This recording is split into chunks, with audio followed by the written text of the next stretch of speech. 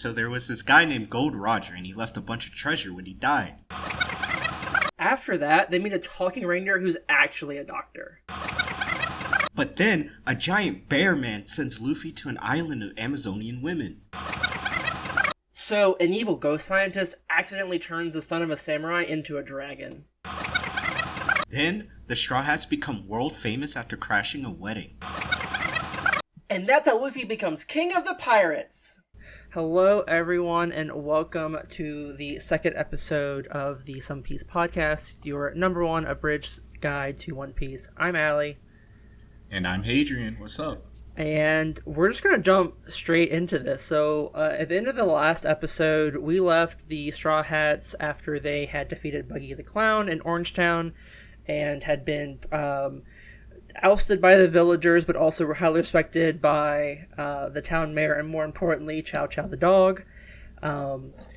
Always, the Straw Hats always changing minds and hearts, even amongst the most stubborn people or animals in the One Piece world.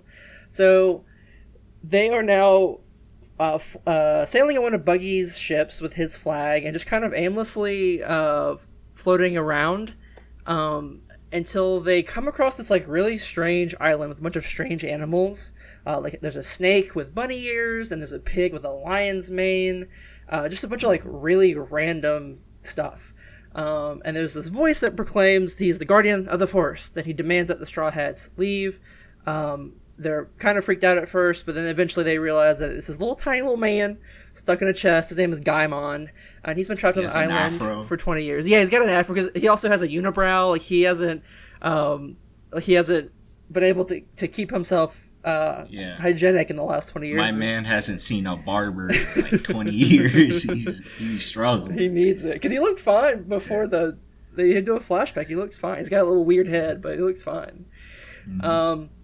And so Luffy sort of tells Gaimon that like they're on their way to the Grand Line. He's going to become king of the pirates, and Gaimon mocks him for it. Basically says that the Grand Line is this horribly dangerous place, and that they're not going to last if they're so blasé about it.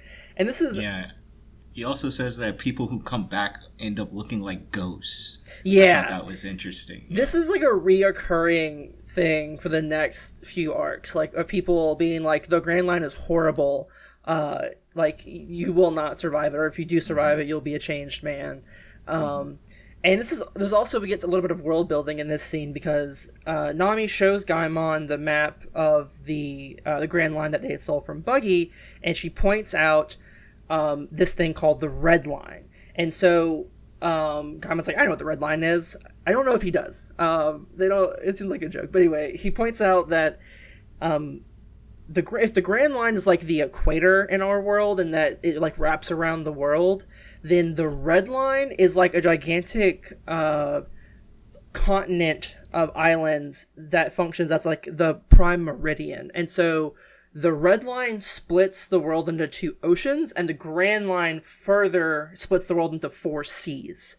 And it's the intersection of the Grand Line and the Red Line that you have to enter at, which is where they're heading to. The Straw Hats are trying to get to. And so I did not realize that the Red Line was introduced this early. Because again, like my knowledge of early One Piece is like all through 4Kids. And it like seems weird to me that like they would have they might not have even dubbed this line into the actual dub. But yeah, the Red Line is it'll be a problem. It's important. Yes, later on it is series, extremely important, kind of a problem for all pirates, especially our crew. And so Gaimon also tells them of his backstory. Says he was a pirate 20 years ago. He like showed up to this island with his crew of 200 people, which is huge. That's gigantic. Yeah. That is just like, I think Oda not necessarily thinking about the scale of crews as we get more and more throughout the series. And he's like, 200. That's a normal pirate crew. Let alone that's just like, that would be like the biggest pirate crew in the series if we've ever seen it. And so they search the island for a while. They cannot find anything. But as they're leaving, Gaimon realizes that this giant mountain that his captain's been standing in front of the whole time, no one's checked it. and he's like, oh wait, what if something's up there? And so he climbs up to it, and he sees these like 5 treasure boxes. He's like, oh sweet, there's something in here. Like, I'm onto something here. And as he does that, he falls back into, like, he falls down into an empty chest, and that's how he got stuck. And he has been stuck there for 20 years, and he cannot get out of it. And so now he protects this treasure.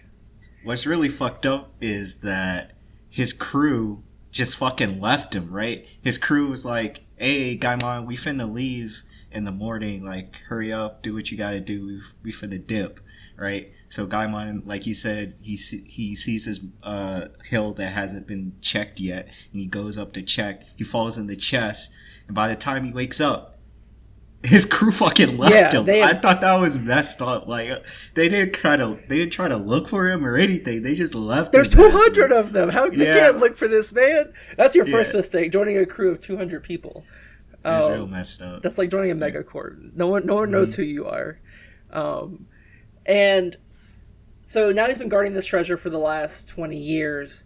And he decides to show Luffy and Nami, but not Zoro. Also, Zoro's like not on this island. I think he's like still sleeping in the boat.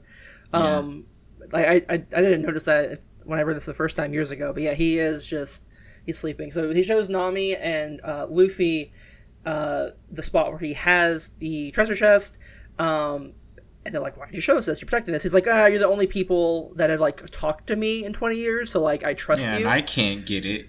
Yeah. Well, so it's like more so like the sign of trust, because he's like, you talk to me, you treat me like a human being, and everyone else is just like, I'm here for the treasure, or something else, as we'll find out in a second. But Luffy and Nami are just like talking to him like he's a human being, and so he's like, I'll show you these treasures. And so Luffy very effortlessly just like climbs up to the top with his gum powers, and when he gets up there, he's like, oh, these are mine now. You can't have these. And Nami's like, what are you doing, Luffy? Like, why would you hurt this man? This is his treasure. And Gaimon's like, no, I get it. He's trying to protect me. And Luffy's like, yeah, they're empty. And Gaimon's like, that's what I figured. It's so sad. It's so sad. Also, Nami, like, instantly being wary of Luffy, kind of, like, changing his demeanor, kind of still shows that she doesn't really trust pirates at all. Like, yes. When Luffy gets up there and he's like, haha, this is my treasure, fuck you, you shouldn't have shown me to begin with, she's like, oh, he's finally showing his true colors. But, you know, very quickly. Which is important to note at this point in the story. Luffy considers Nami to be part of his crew. Nami does not think that. She's tagging along, and so even though I'll say the Straw Hats, just know that Nami is not technically a Straw Hat, and this will happen a lot throughout the series. There'll be a lot of people that just like tag along to the crew, and so if we say like the Straw Hats and their characters who are like not crew members, it's just for the sake of simplicity.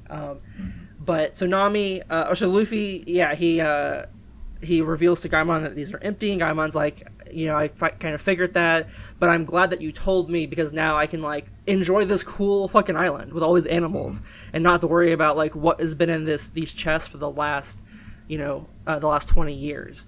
And he doesn't say that he's making the island his treasure, but he kind of implies that like he is now going to be the guardian of the forest because he values these exotic animals, that people come and hunt them.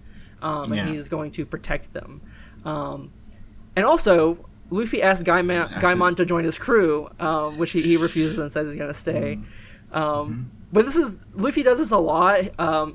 He just finds people he thinks look interesting or are kind of funny, and he's like, join my crew. And they're like, I've got things to do. I got a life, dog. Like, I can't just up and join your crew. I mean, if anyone could join, it would be Gaimon. He really ain't got much, and he ain't got much going on, but nah, he's like, well, since there wasn't any real treasure up there, this is now kind of what this will give me purpose now to just sit here and protect the animals. I've grown fond of them. Yeah. This is my new purpose in life. So he leaves happy. And we will check back on Gaimon a couple of times, more times than you would expect for just a random little intro character who has like one chapter spent on him.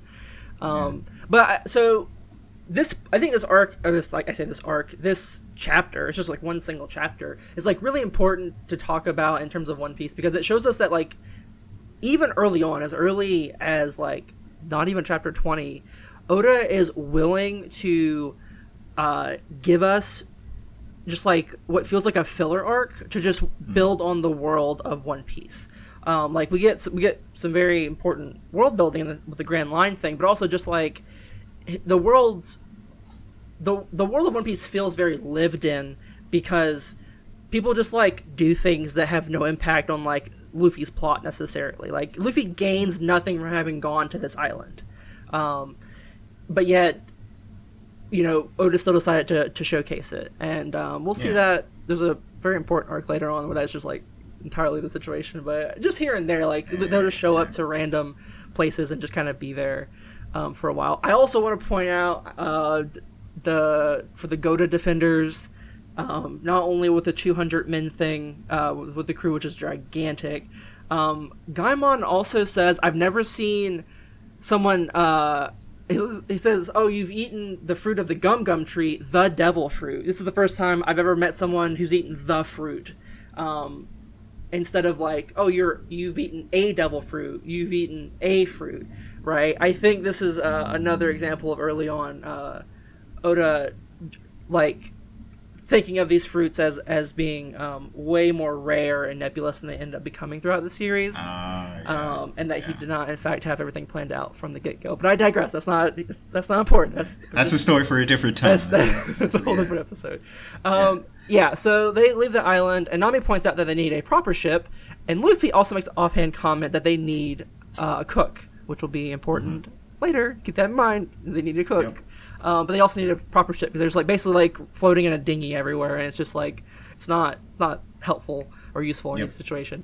So we cut away to a place called Syrup Village, and we meet Usopp, a young boy who we later find out is Luffy's age, so he's 17, who wakes up his town by running through the town screaming, "Pirates are coming! Pirates are coming! They're invading the town!" And he's very clearly based off the boy who cried wolf. His name is also a reference to Aesop, the Greek, fable writer. That makes sense. Yeah. Usopp, Aesop. Hey, I'm learning stuff. I didn't put two and two together there. Yeah, and so that's why he like tells lies, and so it's really more importantly, we got to describe what Usopp looks like, right? Usopp is a black kid. You know, he has 4C hair. You know, he very has curly. Yeah. I think I don't know at this point. I'm pretty sure he has the little goggles on his head, right?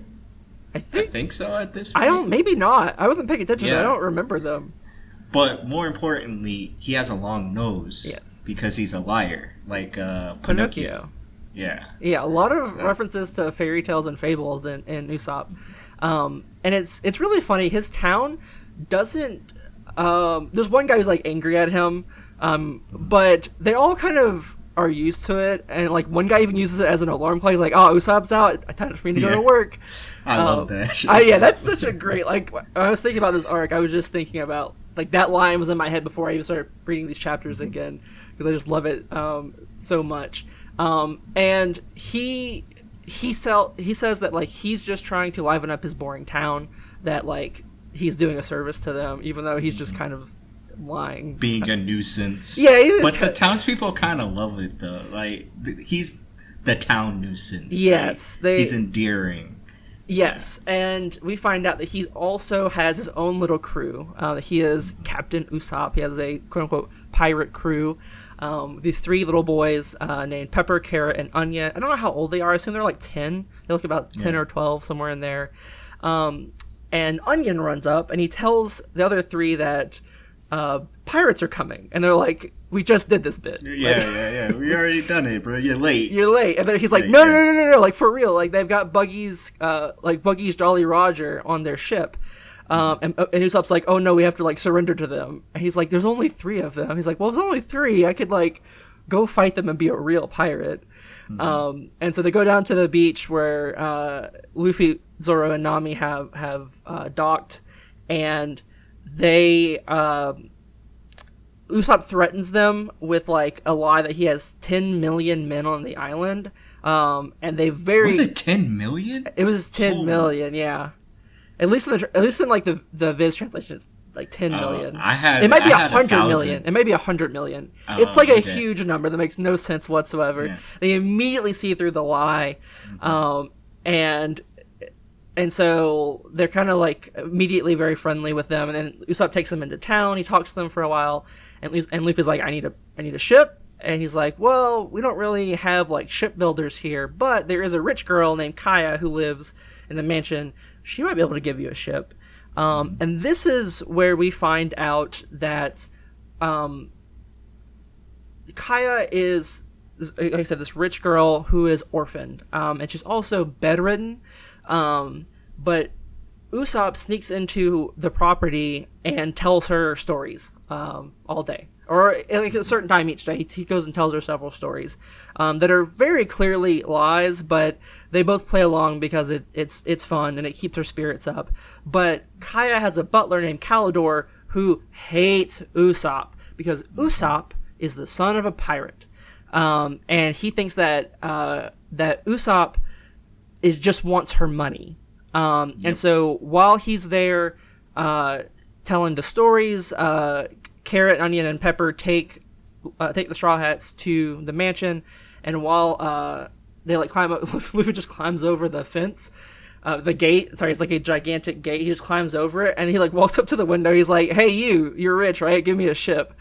Yeah. And she's like, "Fuck off! Like, who are you? What the fuck?" And so Calidor, he shows up and says these things to Usopp. Says he's the son of a dirty pirate, and that he all he wants is Kaya's money.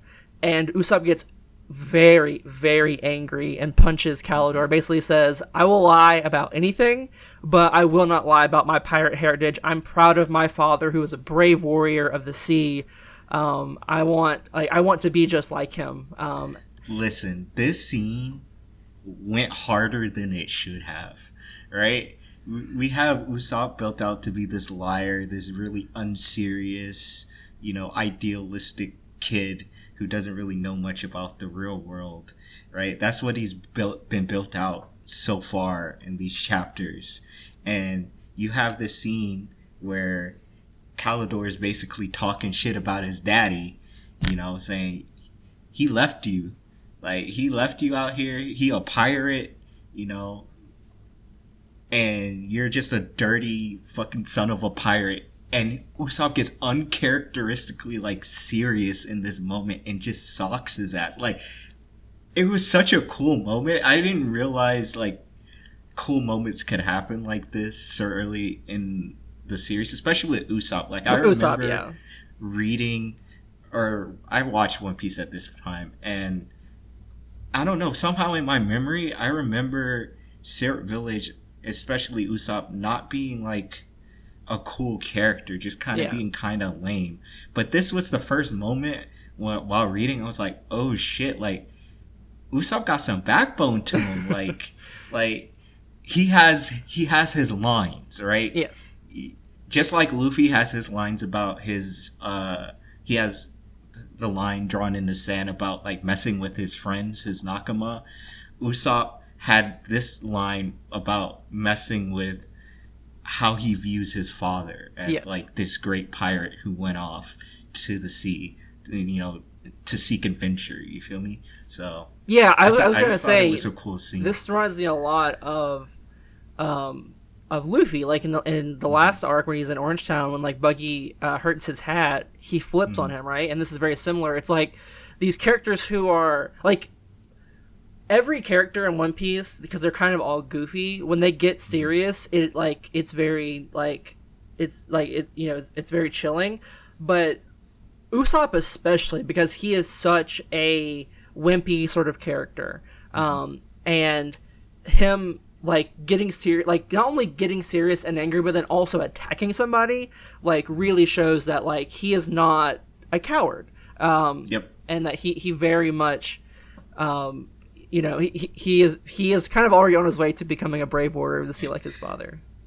I'm glad you said that, because I was going to mention that the specific line he calls his father is that his father is a brave warrior of the sea, and this is a thing that comes up a lot with Usopp, this line. Like, Luffy has this line of, I'm going to be the Pirate King. Usopp's line is, brave warrior of the sea. He wants to be a brave warrior of the sea like his dad. Like his dad. So, he gets shot at, basically, after socking Calidor, the butler, in the face. They shoot at him, and he runs off. Yes. Right? And so he runs off to the beach, and Luffy sort of chases after him, and we'll get to that in a second, because Luffy realizes something in this moment, and so he chases off after Usopp. But while they're doing that, everyone else goes back into town, so Nami, Zoro, and then the three kids, and Onion comes back yelling again, "Oh my god, there's a backwards man! There's a backwards man!" And they're like, what is going on with this town?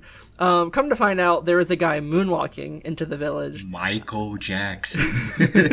He looks exactly like Michael Jackson. He's Oda's interpretation of Michael Jackson, basically. Oda loves musicians. There are other characters throughout the series that are either named after, as we saw, like with Lionel Richie in the last episode. Like, he loves music. And we'll see a lot of characters named after or just straight up based off of these characters, of these musicians. And so we see this guy whose name is Django, and he's just like a traveling hypnotist. And he's like, don't be afraid of me. I'm just here to do my hypnotism. And he like tries to show it off, and he makes himself go to sleep. He like counts down the string, right? Yeah, it's like the little circle on the string, and then he says like in 1, like in 3 you will fall asleep, 1, 2, and then he just passes out. And no one else falls asleep. It's just him. And you're like, that's not super great. And so we cut back to Luffy and Usopp sitting on the beach, and we find out that Luffy knows who Usopp is because he heard many stories about Usopp from his father, Usopp, when he was a part of the Red Hair Pirates. And we learned that Usopp is an extremely excellent marksman. He can, I think the quote is, he can shoot the antennas off an ant 50 yards away. Which is insane. And he's also, we debated over this. I say he is a loving dad. Okay, you want to have this debate live on air? We can have this debate live on air. All right. So my point here is that in the flashback, Usopp is like talking to Luffy. He's like, "Hey, Luffy, I have a son who is your age." He's like, "Yeah, I've heard this story 1,000 times." He's like, "And you'll hear it 1,000 times more." So like, he clearly thinks about his son a lot. He cares about his son, and he's like basically like, you're not going to tell me to shut up when I'm talking about my son. I love my son. But he did leave his son on this island because he felt the call to adventure to be a pirate, right? He's true to himself. He's a man's man. He basically left to get some milk, but instead of milk, it's being a pirate. But he told them. They know that he went away. But he hasn't come back. That's true, he hasn't come back. This man has not seen his son in a number of years. He's talking to Luffy because he hasn't actually talked to his son. Right? Okay, so like on a scale of bad dads, of like Goku to Jing from Hunter x Hunter, Usopp is much closer to Goku than Jing. Yeah, I'll give you that. And it's, I will say, he's a loving dad. I don't know if he's a good dad, and he's certainly not a good parent. He don't write that man no letters. You don't pay child support. You don't bring child support. You don't bring no, like, what's going on? He don't bring no souvenirs back or nothing. He just left. Doesn't call on his birthday. Yeah. But Usopp still looks up to him. Yeah. He still sees him as like a cool guy who went off to be like this brave warrior of the sea, and that inspires him. So and it's interesting that there's another character who has a connection to the red hair pirates, which like really strengthens the idea that like we have to see Shanks again, because we have to see Usopp again. We have to see Usopp's story. But so meanwhile, while they're doing this and talking about this, they see the hypnotist Django walking on the beach with Calidor, and they're like, why is Calidor down there? And they overhear them talking about how 3 years ago Calidor was Kuro, leader of the Black Cat Pirates.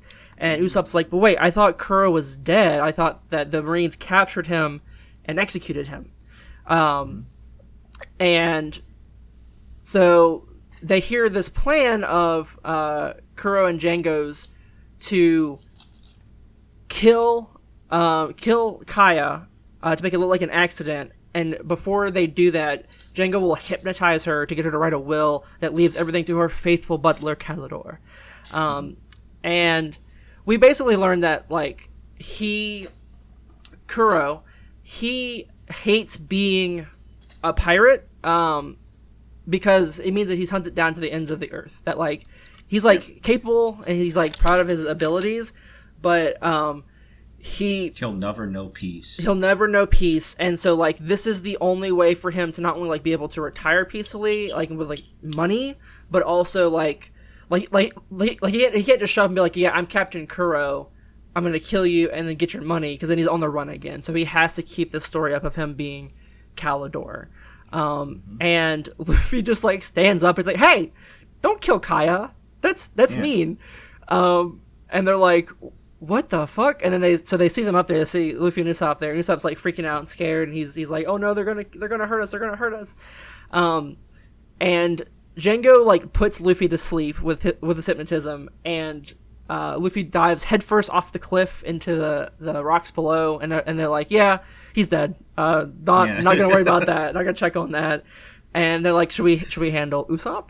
And Bro, he's a liar. Kuro's like, yeah, no one's gonna believe him. Yeah. Why should we? No, like, it doesn't matter if we kill him. No one's gonna believe him, which is true, because if he says there are pirates coming. Yeah. Which is, like, what he does, actually. He runs back in town and says the pirates are coming, and everyone's like, wow, twice in one day, it's a little weird. Yeah. So, like, they know something's off, but they're like, that's a little weird, and they still ignore him. He's like, fuck. And this is, like, a very, this moment is such a good moment for Usopp, because the plan for the Black Pirates is to bring in their crew and to come in at dawn to rough up the town and slaughter Kaya. They don't really want to mess with the town. They just want to kill Kaya. And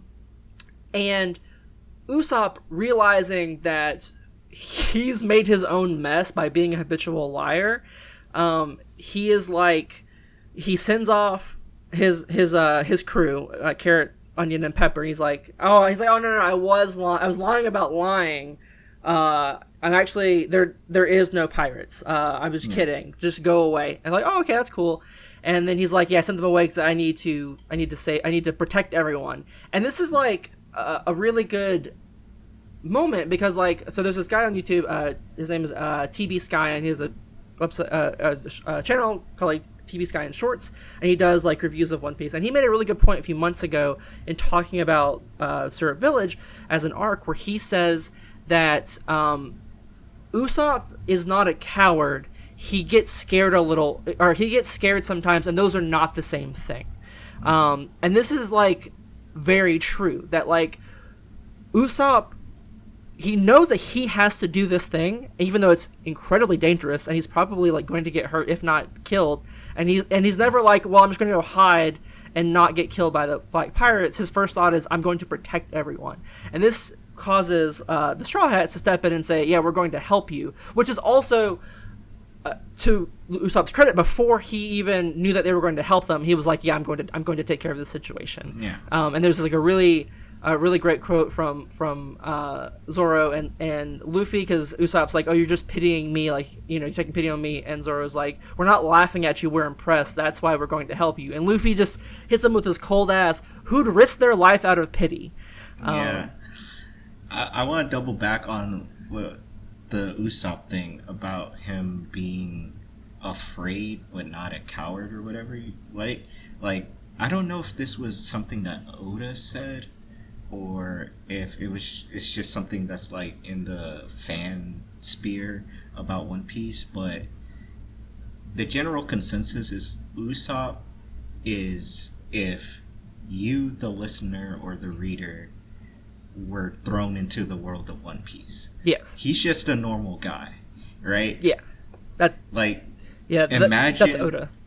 Yes. So imagine if, a gang of pirates or an army were going to rock up to your small town and take it over, right? You'd be terrified, right? Yeah, absolutely. And, like, especially Usopp, he's never really fought anyone before. He's not Zoro, who has been training the sword from birth or, since he was a little kid. He's not Nami, who, grew up on the hard streets and, had to learn how to fight and steal to survive, right? Doesn't have a devil fruit.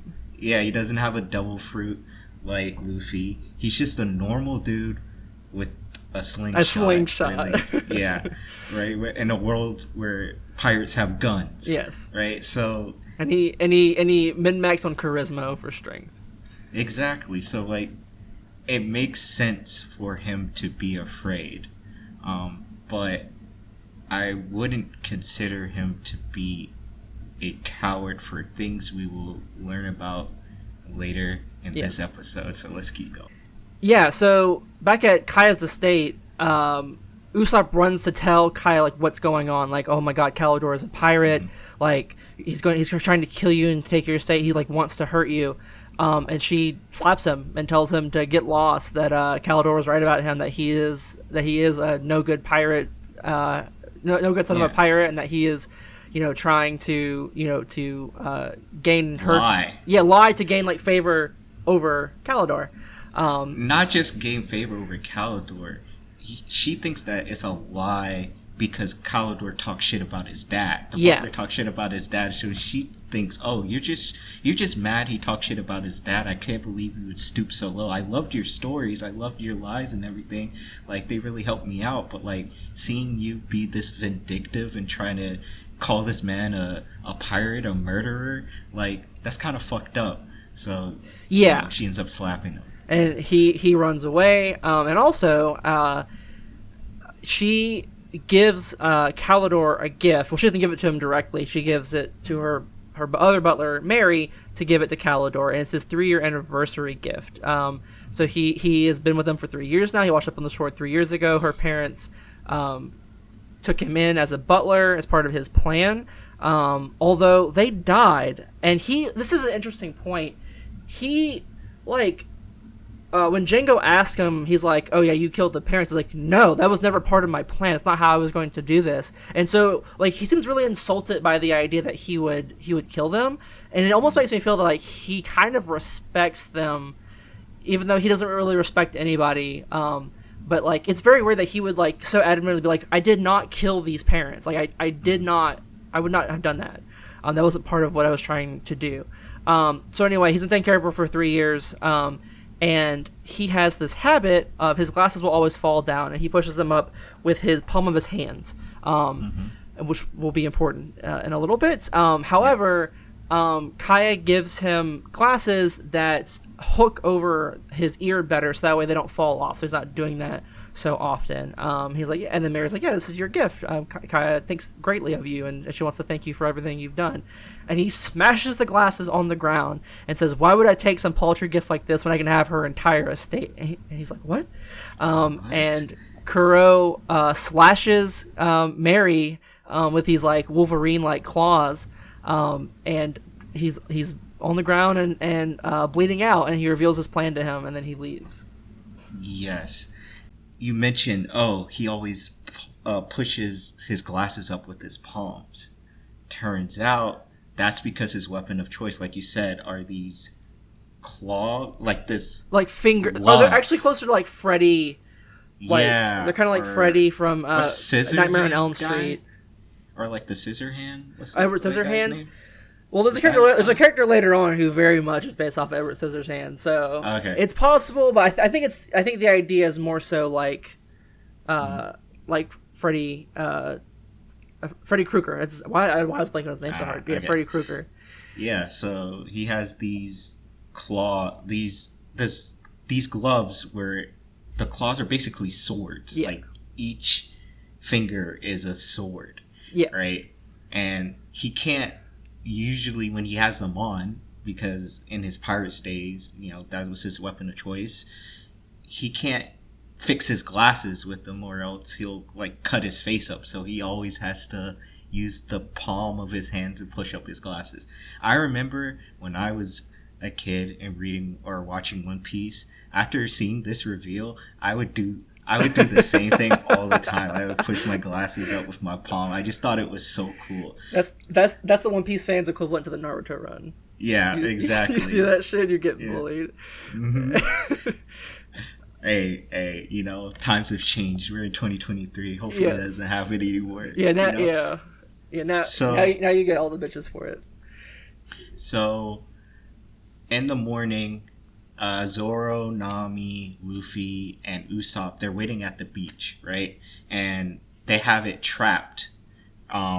They put like some slippery stuff down the hill. So like there's only one pathway up on this beach, up a hill between like two mountains or like rock faces. So they put some slippery stuff on the bottom of the hill, so when the pirates come, they can't get up the hill. It's honestly a really ingenious plan.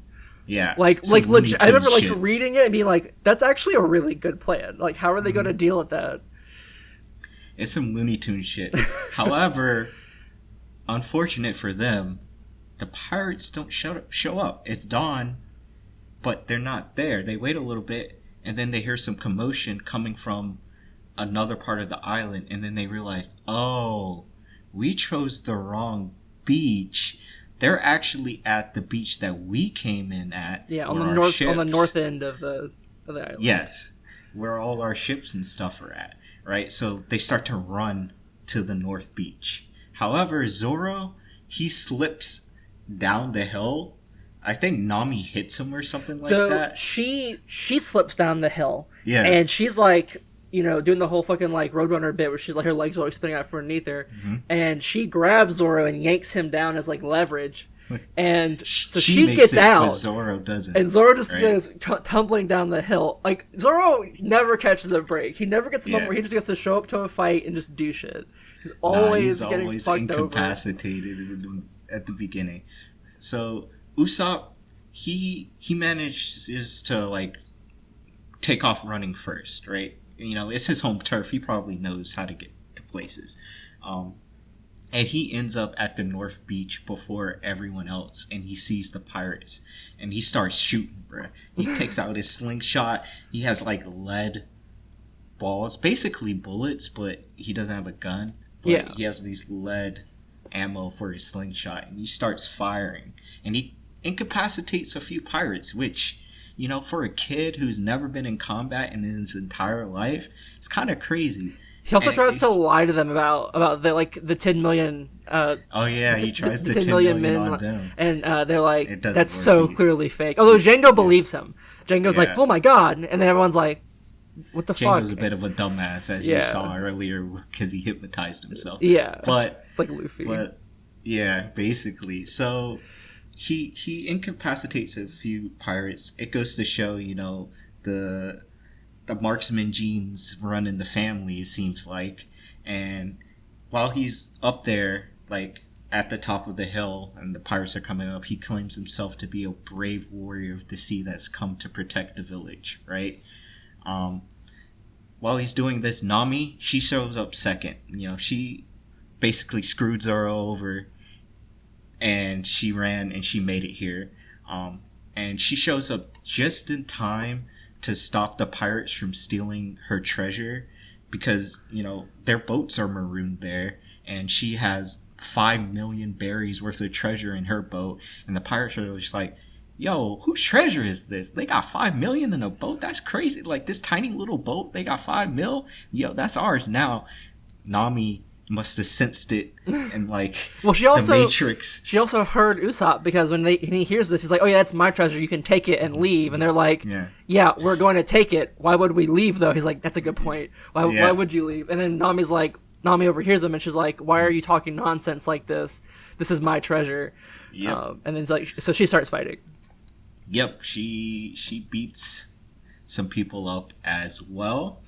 Um, so there's a bit of foreshadowing here, and it's a bit of a funny moment too. So Nami, she tells Usopp that the main guy, Django, he's a hypnotist, and to not look at his rings while he counts, or else he'll get hypnotized. Um, and then she tells Usopp, "Okay, you go and get down there. You're a man. You go down there and fight. You're a man. You do your man stuff. I'll stay up here because I'm a girl." Usopp is like, "What the fuck? My knees are shaking, bitch. I ain't going down there." Right? And this kind of sets up a thing that you'll see later in One Piece, which is called like the weakling duo, which is Nami and Usopp. They're seen as like the weaklings in quotes of the Straw Hat Pirates because you know, they're just kind of normal. They're just people. normal people with like some weapons. Yeah, and Nami's more of like a ninja. Like she's at this point, at least, she focuses more on stealth and like stealing treasure and stuff. Yeah. Right. But I just thought that was a really funny moment where Nami's just like, "Yo, you go down there and fight. You're a man." And yeah, it is interesting. Like characters like pair up like pretty quickly in this regard. Yeah. Because also the next character that joins will also be paired up. I'm getting way ahead of myself, but that's a story for another time. I'm excited. I'm excited about One Piece. It's so good. It's so good. So Usopp, he refuses to go down there and fight too, but he has some caltrops in his bag. The little spiky balls that you see in, once again, Looney Tunes cartoons and stuff, right? He throws those down the hill to stop the pirates from running up, but some of them get behind them as well. Because of Nami. They're kind of trapped. Yeah, because of Nami. They're kind of trapped. He throws down the caltrops, but one of the pirates manages to slip by, and he clocks Usopp over the head with a hammer, knocking him out, right? And this sets up one of the coolest fucking panels of Usopp, right? So Usopp gets clocked over the head with a hammer, and as the assailant is like walking past him, a downed and bloodied Usopp reaches out and grabs his leg, stopping him, and he says like, I'll never let you pass. My last tall tale will be a true one. This will be another boring day for my village." And this shit goes so hard. It's so good. It goes so hard. Why does it go so hard? This was so funny because like you tagged me in the Discord and was like, I don't want to ever hear anyone talking shit about Usopp ever again. And you sent me a screenshot of that panel, and then I sent you a screenshot back of my notes where I have that exact same quote like already in my notes. So like it's we were like already on the wavelength that like, oh, this is like a badass Usopp line. This is like we said, like I guess a bit of foreshadowing about One Piece in general. Like we talked about this yesterday. Because the main characters in quotes, like Luffy's the main character, but the Straw Hat crew is kind of the main character of One Piece. They're all kind of main characters, and because there's so many main characters in a sense, they all get flattened down to a couple of traits or a few gags that they each have, right? We'll find out some of those gags from other characters later, but one we've already been introduced is that Nami loves money. Yeah. Right? That's a gag. Zoro has no direction. We haven't seen that one yet. No, we did. We saw it last episode. Oh, okay. We have seen the last episode. I was just confused because there's an... It happens again. Here. It happens again. No, it happens again. Yeah. Yeah. So, like, these gags like that Oda loves to put in, the characters kind of get reduced to that. And Usopp, because there's so many characters on the Straw Hat Pirates, he gets reduced to, he's a coward and he lies, right? But more importantly, like, he's a coward, right? And after you read One Piece or watch One Piece for so long, that's just kind of how you view Usopp. He's like the weak, cowardly one that like shows up sometimes. But this scene alone put into my head he's not a coward. Like you were mentioning before with the video you've watched, he's not a coward. He shows up when it matters. He's just scared sometimes. And that's okay. He's a normal dude. Yeah. But he can be badass too. He has a lot of badass moments later on, but this is the start of his badass moment. Just saying like, yo, this is just gonna be another day for my village. You'll get to the village over my dead body, bro. You ain't gonna make it, bro. This is like Kobe again. And this is actually interesting. Like, we talk about Luffy changing people, right? Like we talked about last episode that how like Kobe was a scary little kid, and then by the end of that first arc, or second arc technically, first arc, Kobe is so changed by Luffy that he is brave now, or he basically tells Luffy to let Helmeppo shoot him if it means saving Zoro, because like I'd rather die a brave man than live as a coward, basically. But Usopp has not changed, or like Luffy has not changed Usopp. Like this was already here. And I think that like that doesn't get talked about enough, because like every character, we've already spoiled it, Usopp joins the crew at the end of this, but every character that joins the Straw Hats has this like sort of allegiance to Luffy in a way that like they respect him so deeply, and like that'll be true for Usopp as we go along, but his like innate bravery is already there. It already exists. And it does suck that Oda like overshadows that with so many, but just like turning him into this like this scaredy cat, because he's really not. And I hate that that's how people think of him now. I want to say, going forward, listeners, instead of viewing Usopp as a scaredy cat, just view him as you. He's a normal. Just view him as a normal dude who's in this world full of gods, people with crazy ass powers, also man-made horrors beyond our comprehension. Like, he's just a normal dude fighting through it all with his slingshot. Like, I want you to view him as that. In that sense, if you frame it in that way, Usopp is brave. We keep saying the slingshot. When we say slingshot, we mean like the slingshot that you buy at like the county fair. Like this is not like a good slingshot. This is just like a kid's slingshot. This ain't the shit that took down Goliath. This is just a regular ass. This is a fucking slingshot, and this is his only weapon at this point. And he is still standing up to a lot of pirates. Also, like this is the first like crew that we've really seen. It's not just like two people. It's like it's a good like 10 or 12 people here. Yeah. Yep. Trained killers. So, after he says this line, Zoro and Luffy show up. Zoro managed to use his swords and like stab the ground and climb his way up the slippery slope that he was trapped down, and Luffy he got lost, I believe. This is why I was confused. He was actually the fastest one. Like he left immediately, but he got lost. This is why I was confused about the Zoro trope of getting lost, because it's ironic that Zoro didn't get lost this time. No, he didn't. Luffy got lost, right? It was kind of funny that dynamic was kind of switched. But Luffy gets lost for a dumb reason, which is Usopp says, go to the north side of the town, and he's like, I ran to the side of town that was the coldest. Yeah, he didn't. He didn't know where. He's like, you didn't tell me which way was north. Yeah, he's like, I would have thought. And he's It's kind of funny. So, Luffy and Zoro are here. The big boys are here. They start beating ass. They're pissed too. They're angry. Yeah, I'm about to say they're angry. Yeah, Zoro was trapped down the hill, and Luffy got lost. So they're finally here. They're ready to whoop some ass, right? So Django, he uses hypnotism on his crew, who are broken and beaten at this point by Luffy, Zoro, the combined efforts of Luffy, Zoro, and even Usopp with his slingshot. And when Django hypnotizes these broken and bloodied pirates, they gain bloodlust, essentially. Like, they gain super strength and they get reinvigorated, and they're all about like murdering at this point. Unfortunately, Luffy also gets hypnotized, and he starts going fucking mad and crazy.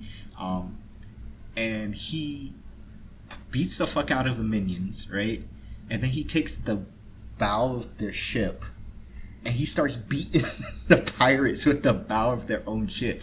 The bow has like a cat head on it, because I guess they're the black cat pirates, so it's like a little black cat.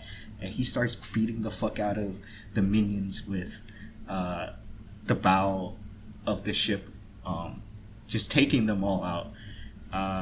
So Django's like, oh shit, this dude is fucking crazy. So he has to hypnotize him again. And this time he hypnotizes him and he falls asleep. But it's too late. Luffy done took out like almost all the entire crew. Yeah, he took out most of the grunts. And Django dropped some new vocab that I have never heard. He says he scuppered the ship. And I was like, what the fuck does that mean? That's not a word. Oda just made that shit up. No, apparently a scupper is an opening in the side of the ship at the level of the deck, or slanting from it, to allow water to run off. So he's basically saying... That's an SAT word. That's an SAT word, yeah. He's like my own little personal SAT calendar. But Luffy did more than scupper that thing, because he's like ripped off the entire fucking hull, basically. Meanwhile, like, Kuro is back at the mansion, and he's wondering, like, why is it taking so long for the pirates that he ordered to attack at dawn to, like, get here, right? So he decides to start walking to the beach, and Onion, the little kid, he sees him. He's, like, snooping on him, because he had an inclination that, wait, maybe Usopp was lying about lying. Right? He was lying about lying. Yeah. Usopp told him, oh yeah, don't worry about it. I was lying about, Klahadore being a pirate and everything. And Onion had the smarts to be like, that's not usually how Usopp lies. He's probably lying about this. So you want to take over from Kaya's perspective? Yeah, so while that's happening, Zoro's fighting some of the two most powerful members of the crew, and then Kuro's like walking over there. So Kuro's left Kaya's mansion, and Kaya wakes up and she sees that Mary is injured, but is still alive. And he reveals that Calidor, because at this point he doesn't know that he's Kuro, that Calidor attacked him, and that he's planning to kill her and take her estate. And he basically tells her that she is the only one that can stop him, because she can offer him her estate in exchange for like saving everyone's lives. Although they don't know that like he only wants Kaya dead. He doesn't care about the town. In fact, he wants the town to still be alive because he wants to live there.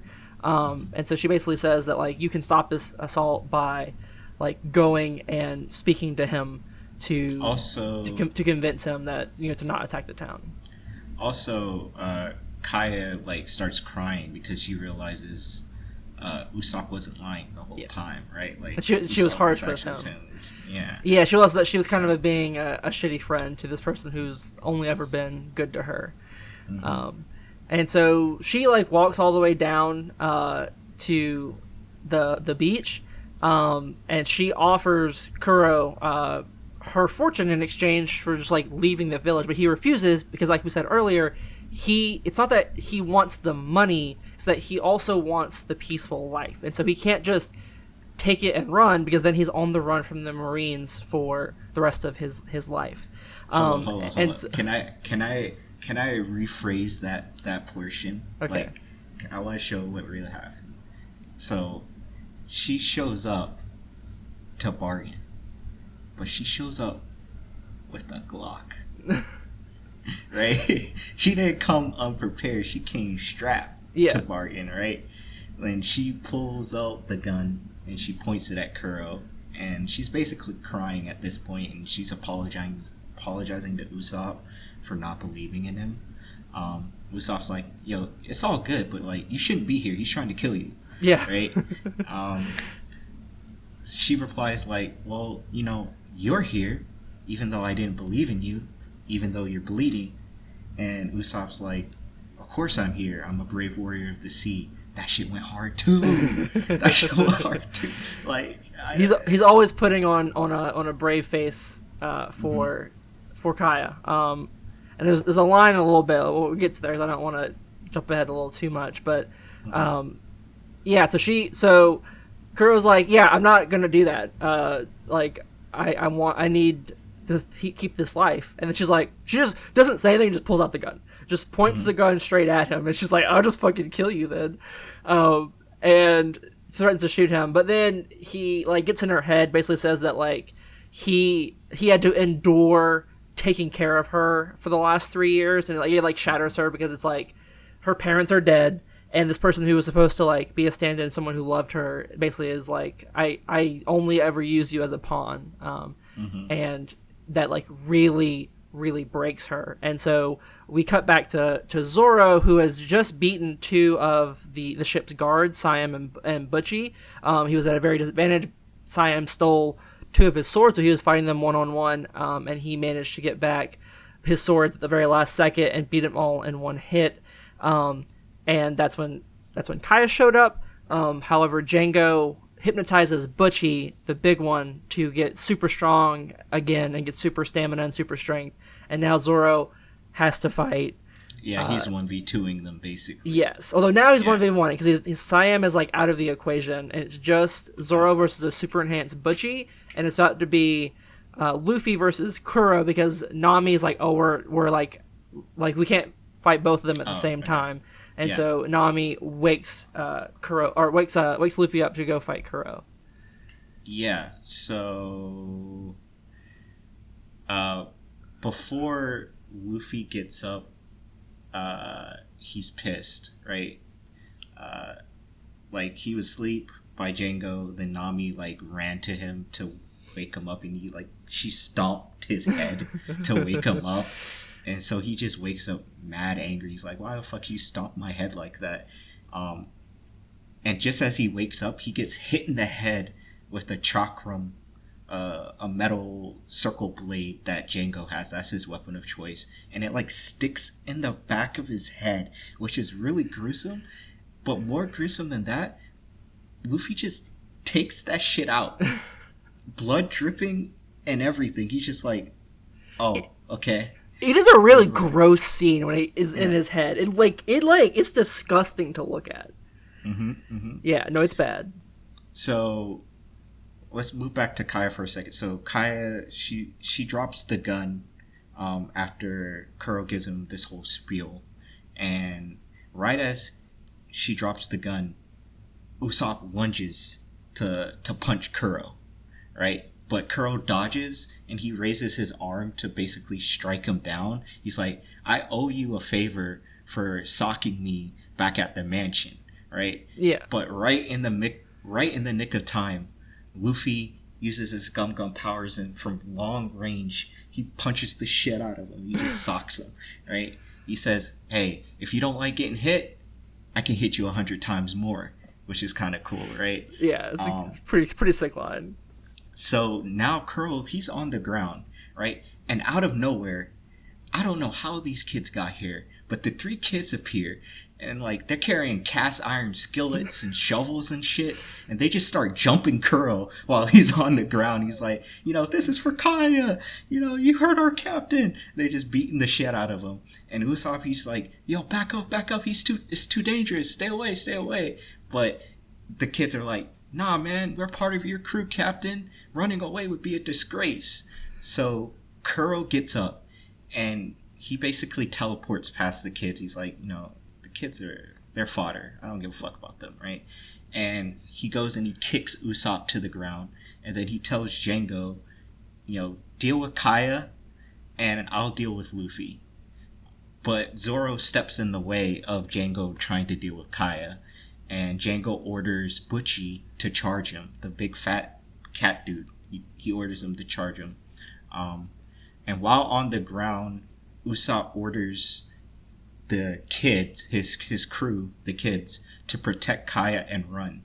And in this moment, Zoro is thinking, yo, that was really smart. He gave them a reason to run away honorably. So it kind of shows another aspect of Usopp, which is that he's like a strategist. Like, yeah. Even though he's a liar and afraid and all that, he has battle smarts in the sense that he can like prepare and come up with quick plans and stuff like that. So he tells the kids to run, but Django isn't going to just let this happen. So as the kids are taking Kaya and running away, he throws one of his chakrams at them. And while Usopp's like on the floor, still bloodied, he lets go a lead bullet, stopping him mid-attack, right? So he doesn't get to throw the chakram. So this gives time for the kids and Kaya to run into the forest, and Django goes off and chases him. But Usopp, like, he's getting ready to, like, follow them, but his body basically gives out at this point. And he falls to the ground, but his ass is, like, tooted up. It's kind of funny, right? His ass is just in the air, and the Black Cat crew all, like, start laughing at him because he's so weak. He's like, look at you, you're so weak. Your ass is tooted up in the air. Yeah, you're giving orders with your ass in the air. Yeah. But Luffy, he comes in, he's like, he stops them from he sees them mocking Usopp, and he's like, he gets pissed, right? He takes a boulder and he throws it at the pirates, and he's like, yo, laugh at Usopp again and I'll kill you. Yeah. And that was cool as fuck, because we're already starting to see this camaraderie starting to form, right? Like, it's like that one friend you have that you bully, but if anyone else tries to bully them, you bully them. Like, yeah, like only that's my guy. Yeah, you can't do that to him. Yeah. So Butchie and Zoro, they're in the fight. Butchie's this big fat cat man with cat claws, and he's surprisingly fast too. And so Zoro and Butchie are fighting, and Zoro takes him out with a sword slash, and then scoops up Zoro and runs into the forest after Django, Kaya, and the boys. Kuro tries to intervene, but Luffy gets in his way. He's like, this is our fight. It's one-on-one, captain v captain. Yeah. Meanwhile, in the forest, like, Kaya and the boys are running, and Kaya's, like, burning up because she's sickly, and, like, she's not really supposed to be out of bed and exerting herself, so she's, like, about to pass out, and she can't really run anymore. And the boys decide, all right, we'll make our last stand here, and we'll protect her. And just as they say that, Django shows up, and he's pissed. And then we get Kuro's backstory in the middle of this. You want to talk about Kuro's backstory? Yeah, so Kuro reveals that the night that he gave up the pirate life, he was like talking to Django about, yeah, I'm done with this, I hate this, I hate this life of being pursued by the Navy. And then the Marines show up, a Marine ship shows up. He's like, I'll deal with this. And he takes out the entire ship by himself, which is pretty crazy, including... he like kills everyone except for one guy, but he breaks this guy's jaw. It turns out the guy is actually Morgan from the last from the last episode, Axe Hand Morgan. I don't know if he has an axe hand yet. His hand is like intentionally kept blurry or like hidden, so he may or may not have the axe hand. But this is how he gets his jaw broken. This is why he has that iron jaw, because Kuro basically stomps his jaw, and he tells him, you can take the credit for capturing Captain Kuro, and they gather an imposter, and Django hypnotizes the imposter into believing that he's Captain Kuro and that he committed this crime, and he hypnotizes Morgan into believing that he has captured Captain Kuro, which is like horrendously fucked up that they just like sent this guy off to his death. Ruined the man's life. Yeah, but this explains why Axe Hand Morgan was such a high rank for such a weak person. That like he just was kind of handed this opportunity. This happens a lot. This happens like several more times in the One Piece series, actually, about like Marines being given promotions that they did not deserve because they just happened to be in the right spot at the right time, so anyway, just like real life. Just like real life. Is there a critique there? And so, and then that's when Kuro washed up on Syrup Village and has commenced his plan for the last 3 years. Yeah, the plan to basically escape the pirate life. He set it up. So, cut back to Django and the boys and Kaya in the forest. Django is pulled up, and he starts to hypnotize the kids, basically. And he's trying to hypnotize Kaya as well, but Kaya is like has her eyes closed and she's resisting. Um, Up pops the kids. They just pop up. Turns out they were faking it. Right? They were just pretending to be hypnotized the whole time. They hit Kuro and basically like trip him up. And while he's on the ground, one of the kids like hits him in the dick with a baseball bat. Like, what is Oda? I didn't realize there are so many dick hits in early One Piece. It's a good way to immobilize somebody. Yeah, especially if you're a kid, right? Yeah, or you're Luffy, I guess. Yeah. It's fucking insane how many dick taps are in this fucking series in the beginning. So two of the boys pull off that plan of like tripping him up and then kicking him or hitting him in the dick with the baseball bat. And Onion, the third boy, he's up in a tree, and he has like the sneak attack on him. I think he has like a shovel. He's a shovel, yeah. Yeah, and he jumps down, about to like finish him off, and right in the middle of his jump, Django grabs his ass out the air. Now we cut back to Kuro versus Luffy, right? Kuro is going berserk, right? He's on some spiel about how his crew are bumbling idiots and, you know, they're only useful if they take orders and they're dumb as hell or whatever. And he begins an attack that has him moving so fast that he's basically invisible, and he's just cutting down his crew indecisively, right? Yeah. He's bloodlisted at this point. And he also makes the point that he has to kill them because he has to blame the raid on them. And if anyone knows who he is, the plan fails. So they were never going to live this night. Exactly. It's fucked up, right? So he's cutting down his crew indiscriminately. The crew is terrified. They're running. They're like, yo, curl yourself into a ball, make a smaller target so he doesn't hit you. That scene was like really dark. Yeah. This, of course, pisses Luffy off, right? It pisses him off even more. Like, he's at maximum level pissed at this point, right? And he starts yelling, "Don't you care about your crew?"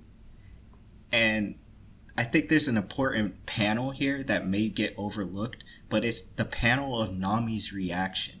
And she's kind of like surprised about what Luffy is saying, right? Because once again, pirates, she hates pirates. Pirates are bad guys.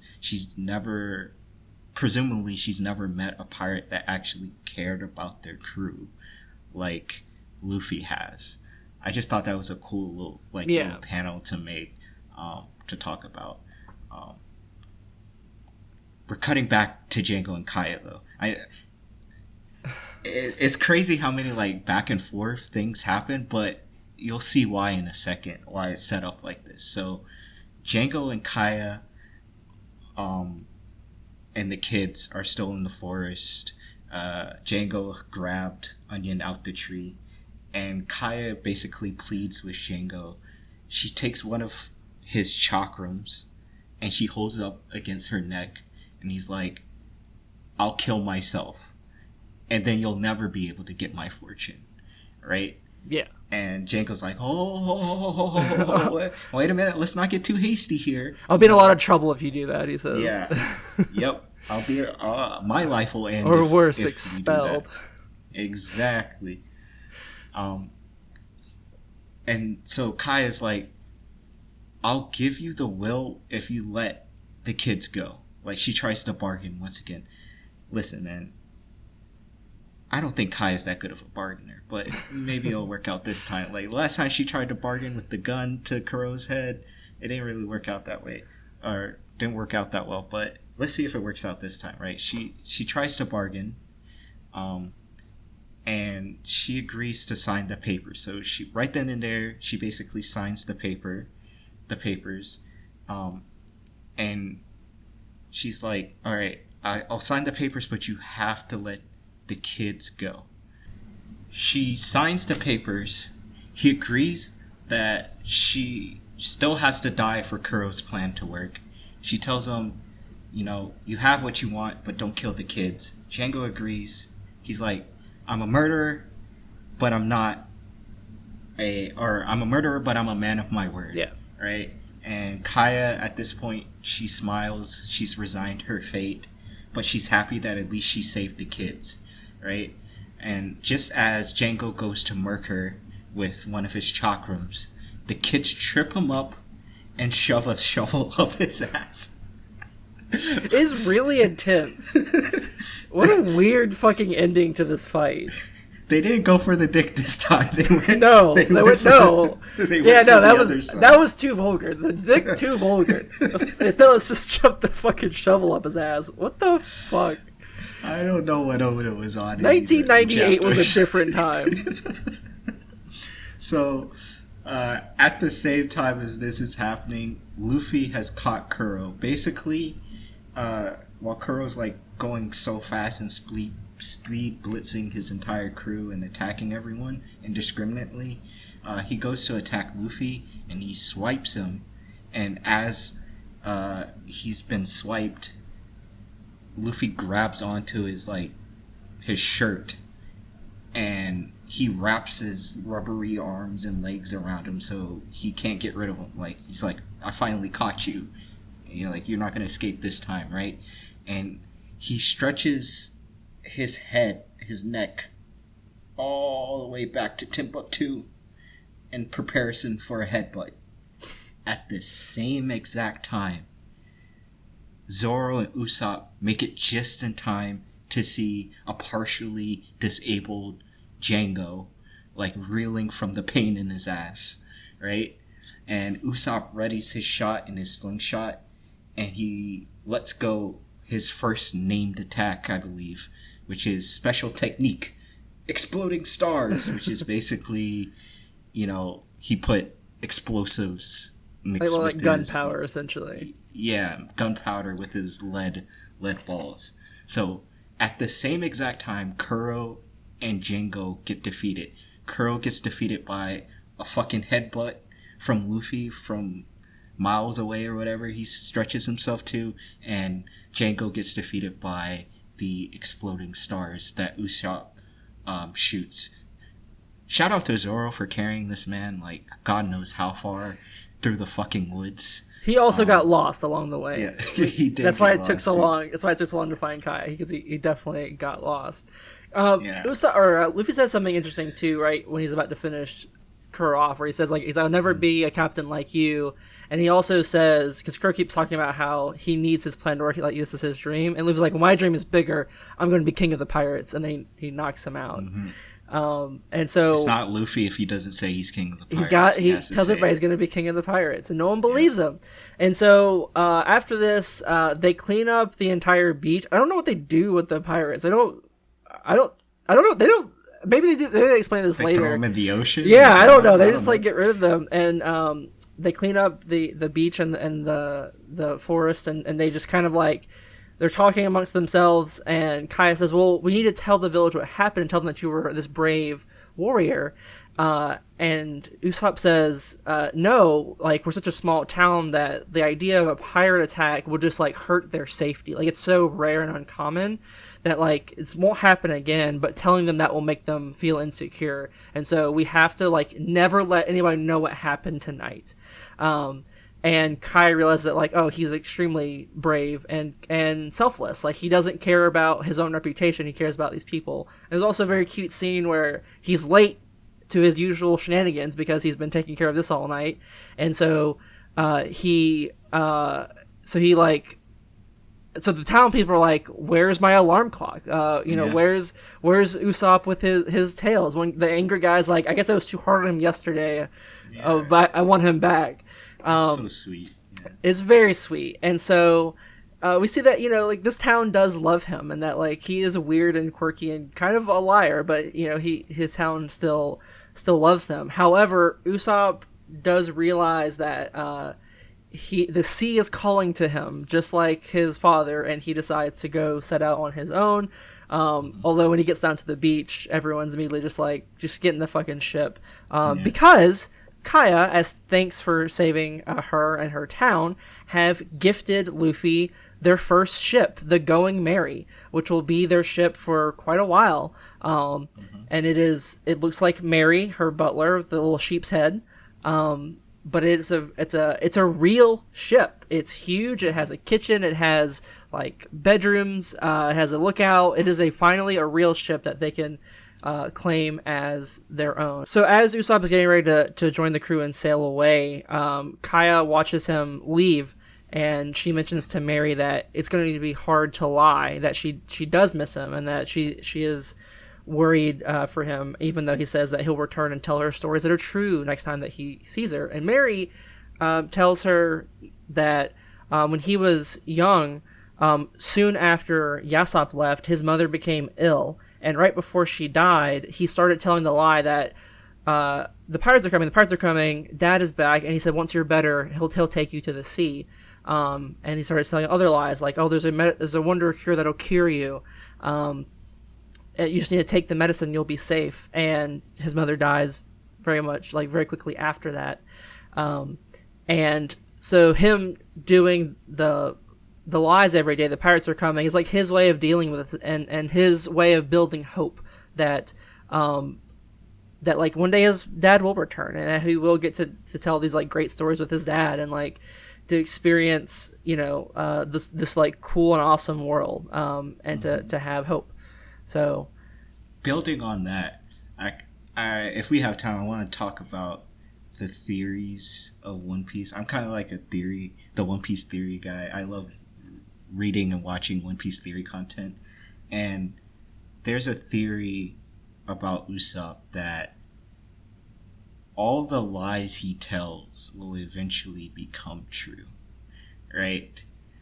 And I just want the listeners to, maybe as like a fun side project, like while you're listening to the podcast and you hear about Usopp and you hear about the tales the Straw Hats go on, maybe try to see if some of his lies come true, right? This will be brought up in another arc that helps support this theory later on, but that's a story for another time. And so Usopp joins their crew, and Onion, Carrot, and Pepper take up Usopp's mantle and continue his daily lies of shouting through the town that pirates are coming. And so even though Usopp's gone, he will not be forgotten. Yep, his legacy lives on. As the newest Straw Hat sails with his crew into the sea. This arc is so interesting because, like, Usopp is my least favorite Straw Hat. Just straight up, I don't think it's a very controversial opinion. A lot of people think that. He's just, like, the least cool. We'll see that as we see more characters. He's just like dude. And he's kind of cowardly and annoying, and, like, he can be, like, not fun to, like, really pay attention to. And I remember, like, the setup for like Syrup Village like being kind of weird and funky and like not making sense because we don't have the dynamics of the crew yet, so like it doesn't make a lot of sense. And I was like dreading kind of reading. I was like, oh, this is gonna be the worst arc in One Piece, like I'm not gonna like it. And yet I started reading it, and then I like blinked and it was over, and I was like, what? Like I just like devoured it. I just like rushed through it, and it's just like this was like the first time since we started this project where I was like, oh, I'm excited to read One Piece again. Like I thought it would take a lot longer to get this excited, and I was wrong. It's just like it is so good, it's exciting, it's interesting, it's fun, it's hilarious, and it is just like it surprised me by like how much I enjoyed this arc, and like how much, because I like immediately I was like I need to keep reading. Like I was like I immediately started reading the next chapters because I was like, I'm such in a good mood after reading it. I think Syrup Village was one of its strengths was that it just had a really good story structure. It had like a good setup, a good middle, and then a good ending, right? You know, you see him going from the liar that no one really respects to nutting up and being a brave warrior when it comes down to it. and then at the end, seeing the kids take up his mantle as the new liars in town, and that the town actually, even though they found it a bit annoying, they loved Usopp and his lies the whole time, right? It just had a really good payoff at the end. Yeah. And some really cool Usopp moments too. Yeah. You know? Yeah, absolutely. So yeah, thank you everybody for listening. That is Syrup Village, the third arc of One Piece. Before we leave, I do have a question from somebody. One of my friends, Lexi, she asked me, "Why Luffy stretch like that?" I'll let you answer first because I have an answer I want to talk about. Why Luffy stretch like that? I don't know, man. Cause he ate the gum fruit. Yeah. I don't know. You took a bite of gum. Yeah. So narratively, we know he stretches because he ate the gum fruit, right? Like that's his power. However, meta narratively, Oda has said several times in interviews that he likes the silliness of the gum fruit. Like, it keeps Luffy like fun and interesting, and the fights never become too serious. And if you're like a modern One Piece reader, that probably sounds like not true, because the last like 15 or 16 years of One Piece have been very serious fights with like very cool designed attacks. However, this early stuff, that is true. Like, Luffy is goofy and funny, and the fights are never really that serious. Like, I keep going back to that buggy fight where he just like grabs onto a random like signpost and just like pulls himself to like dodge an attack, because it's just like the fun thing to do. It's more Looney Tunes than I remembered. Like, it's like Luffy's never serious in this early stuff. Which I think is important for the narrative as we get further along in the series. But so that's why Luffy stretched like that, because Oda wants. It's funny. Yes, he wants the fights to never be too serious. Thanks for the question. If you have a question about One Piece, leave us a comment wherever you are watching this, or whatever social media you use. The podcast is at Some Piece Pod on Twitter, Instagram, TikTok, Threads, which did not exist when we recorded the first episode. That's kind of crazy. That's pretty crazy. Threads. It might not exist. It might not exist by the time this episode comes out. And I am at SunnyGirlLYK on all social media that I'm on. I am Emperor Zone on Twitter, and on Threads, I don't know what I am, but hey, hit me up on Twitter. Yeah, Twitter's where you spend all your time anyway. Yeah. So that's all we have for you guys today. Thank you for listening, and we will catch you next time. Bye, everyone.